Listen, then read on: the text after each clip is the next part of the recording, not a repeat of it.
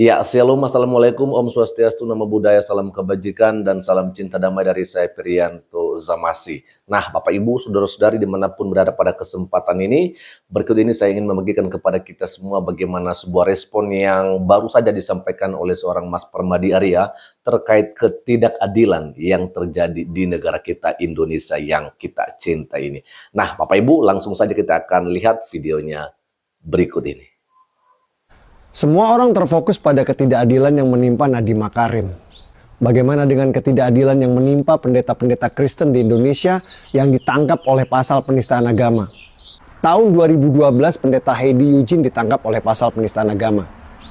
Tahun 2022 pendeta Gratia Pelo ditangkap oleh pasal penistaan agama. Ada lagi pendeta Saifuddin Ibrahim harus buron karena mau ditangkap oleh pasal penistaan agama.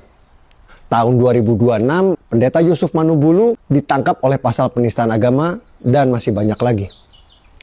Semua pendeta Kristen ini dikenakan pasal penistaan agama karena dianggap menyinggung agama Islam. Tapi kalau dari pihak Islam menyinggung agama Kristen, tidak ada tuh yang dikenakan pasal penistaan agama. Ada Donditan, kontennya selalu menyinggung agama Kristen, tidak pernah dikenakan pasal penistaan agama. Ada lagi Ustadz Kainama selalu menyerang agama Kristen, tidak pernah kena pasal penistaan agama. Felix Xiao juga sering menyinggung agama Kristen, tidak pernah kena pasal penistaan agama. Kalau dari pihak Islam bisa seenaknya komentarin agama Kristen sambil sembunyi di balik dalih dakwah. Sementara kalau dari pihak Kristen komentarin Islam, garansi bakal langsung dipidana kena pasal penistaan agama. Jadi di mana letak keadilannya? Seolah umat Kristen ini cuma warga kelas 2 pelengkap penderita di Indonesia. Jadi maaf, bukannya saya tidak mau bicara tentang Nadiem Makarim, tapi ketidakadilan yang menimpa Nadiem Makarim tidak ada apa-apanya dibandingkan dengan ketidakadilan yang menimpa umat Kristen di Indonesia. Nah, Bapak Ibu saudara-saudari, itu dia tadi apa yang disampaikan oleh Mas Permadi Arya terkait ketidakadilan yang terjadi di negara kita yang paling kita cintai ini, NKRI. Negara Kesatuan Republik Indonesia yang berdasar Pancasila dan bersemboyan Bhinneka Tunggal Ika.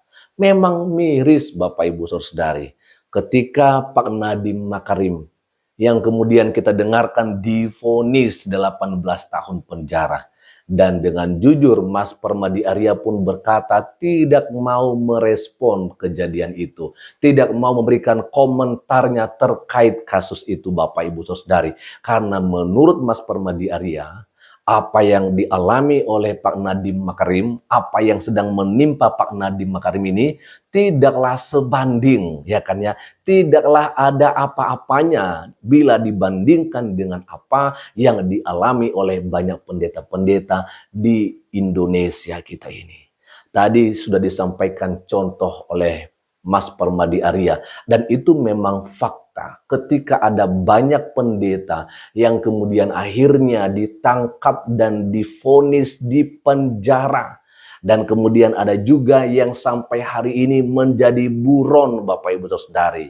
Ada Pak Saifuddin Ibrahim yang sekarang tinggal jauh di Amerika Serikat. Ada Pak Gracia Pelo yang harus ditangkap dan dipenjarakan tahun 2022 yang lalu. Ada Ibu Pendeta Heidi, ada Pendeta Yusuf Manubulu, dan banyak lagi yang lainnya. Bapak Ibu Saudari, apa yang disampaikan oleh Mas Permadi Arya bukanlah kebohongan, tetapi memang fakta itu yang terjadi di Indonesia ini. Dan jelas bahwa pasal penistaan agama ini sangat merugikan umat Kristiani, pendeta-pendeta Kristen Bapak Ibu Saudari. Karena biasanya yang dipenjarakan itu, yang dikenakan pasal penistaan agama ini hanyalah mereka-mereka yang dari minoritas, yang termasuk dari orang-orang Kristen ini, pendeta-pendetanya dan juga jemaat-jemaatnya Bapak Ibu Saudari. Kita akan coba bongkar dan kita lihat satu persatu apakah benar apa yang disampaikan oleh Mas Permadi Arya atau hanya sekedar cerita aja Bapak Ibu. Kita akan tampilkan di sini. Ya, di sini saya akan tampilkan kepada kita dan kita boleh melihatnya bersama untuk kita bisa mengikutinya Bapak Ibu. Yang pertama ada Pendeta Hadassah atau Pendeta Heidi. Ini saya lansir dari situs Detik News ya. Ini diterbitkan pada Kamis 26 Juli 2012 yang lalu ya. Dikatakan bahwa Heidi Eugenie atau dikenal dengan Pendeta Hadassah Werner terdakwa perkara dugaan penistaan agama dituntut hukuman penjara selama 2 tahun oleh Jaksa Penuntut Umum atau JPU dalam sidang di Pengadilan Negeri Bandung, Kamis 26 Juli 2012. Seperti diketahui, pendeta di Gereja Bethel Tabernakel atau GBT Lengkong, Bandung ini didakwa JPU dengan pasal penodaan agama, pasal 156 huruf A KUHP tentang perbuatan yang bersifat permusuhan, penyalahgunaan, atau penodaan terhadap suatu agama yang dianut di Indonesia dengan sengaja di muka umum. Ya, itu yang pertama. Lalu berikutnya dikatakan di sini ada pendebat Kristen ditangkap Polda Jawa Timur tanggal 6 Desember 2022. Gracia Victoria Pelo. Dikatakan di sini ya, Gracia Apelo akhirnya ditangkap Polda Jawa Timur. Ini terkait dengan channel YouTube-nya Inyo Manis yang menceritakan tentang Nabi Muhammad titik-titik dan seterusnya. Ya, tuduhan yang hina dan ngawur, maka tidak heran jika aparat bergerak untuk mengamankan dia, ya kan ya.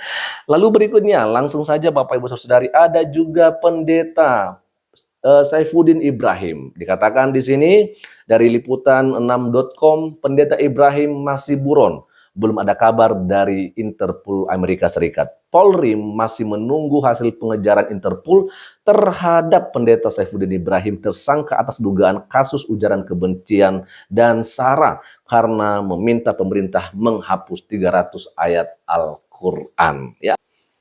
Ya, dan ada pendeta Yusuf Manubulu, Bapak Ibu Saudari, dikatakan diduga menista agama lewat konten TikTok. Ya, pendeta Yusuf Manubulu dilaporkan ke Polda Metro Jaya. Ini dari situs Pikiran Rakyat Subang. Ya, ini saya bacakan. Pemilik akun TikTok ya @ps Yusuf Manubulu resmi dilaporkan ke Polda Metro Jaya atas dugaan tindak pidana penistaan agama dan penyebaran ujaran kebencian berbasis suku, agama, ras, dan antar golongan atau SARA. Laporan tersebut dilayangkan oleh pengurus pusat harian Abdi Rakyat Muhammad Yudi atau yang akrab disapa Yudi Kebo. Ya, oke. Lalu ada yang mungkin lupa ya sama Mas Permadi Arya. Ada MKC, Bapak Ibu Saudari. MKC dari situs Detik News, MKC divonis 10 tahun buih di kasus penistaan agama. Saya akan bacakan ya. Majelis Hakim Pengadilan Negeri Ciamis memvonis MKC 10 tahun penjara. Vonis terhadap terdakwa kasus penistaan agama itu sesuai dengan tuntutan Jaksa Penuntut Umum atau JPU. Dilansir Detik Jawa Barat Rabu 6 April 2022, JPU menuntut MKC dengan pidana pasal 14 ayat 1 Undang-Undang RI nomor 1 tahun 1946 tentang peraturan hukum pidana junto pasal 64 ayat 1 KUHP sebagaimana dalam dakwaan primer ya. MKC telah terbukti secara sah dan meyakinkan bersalah melakukan tindak pidana dengan menyiarkan pemberitaan bohong dengan sengaja menerbitkan keonaran di kalangan rakyat sehingga harus dipandang sebagai suatu perbuatan yang diteruskan sebagaimana dakwaan primer Jaksa Penuntut Umum. Ya. Lalu ada satu lagi ini yang terakhir. Ada seorang YouTuber anak Batak namanya Rudi Simamora. YouTuber Medan Rudi Simamora divonis 1 tahun kasus penistaan agama. Ini dari situs Detik Sumut. Saya akan bacakan. Seorang YouTuber di Medan namanya Rudi Simamora divonis 1 tahun penjara oleh Majelis Hakim Pengadilan Negeri Medan. Rudi terbukti bersalah melakukan penistaan agama di akun YouTube miliknya, menjatuhkan pidana kepada terdakwa Rudi Simamora dengan pidana penjara selama 1 tahun. Ucap Ketua Majelis Hukum Sulhanuddin Kamis 23 Februari 2023 ya. Vonis terhadap terdakwa ini lebih ringan daripada tuntutan jaksa sebelumnya yakni 1 tahun 6 bulan. Jadi apa yang disampaikan oleh Mas Permadi Arya itu benar adanya Bapak Ibu Saudari. Karena ketika mereka-mereka yang dari Muslim seperti Don Ditan, Ustadz Kainama, Felix Siau, dan banyak lagi mereka-mereka yang sengaja membahas, menafsir ajaran kekristenan dengan seenak udel mereka. Mereka enggak tersentuh pasal penistaan agama ini. Inilah ketidakadilan di Indonesia. Apakah kita masih hanya bisa berdiam saja? Manakah pendeta-pendeta seperti pendeta Gilbert Lumendong, seperti pendeta Victor Tinambunan, seperti ketua PGI ketika terjadi kasus-kasus yang seperti ini, yang kemudian pendeta harus masuk penjara? Apakah mereka hanya muncul ketika Pak JK viral videonya karena diduga beliau melakukan penistaan agama, walaupun mungkin kita memang nggak bermaksud untuk menyampaikan bahwa Pak JK menista agama, tetapi jelas ya kan ya, dari video viral yang 2 menit itu, memang itulah yang dilaporkan Bapak Ibu Saudari. Tetapi tiba-tiba mereka-mereka pendeta Gilbert Lumendong, pendeta yang ketua umum PGI pun, ada juga pendeta Victor Tinambunan, ya, Eporus Gereja HKBP, wow, mereka datang langsung dengan Pak JK memberikan pembelaan. Bagaimana dengan pendeta-pendeta yang sebelumnya harus masuk penjara? Kenapa kalian ini nggak muncul untuk memberikan pembelaan kepada mereka? Saya pun nggak mengerti kenapa bisa begitu. Tetapi inilah fakta yang terjadi di Indonesia.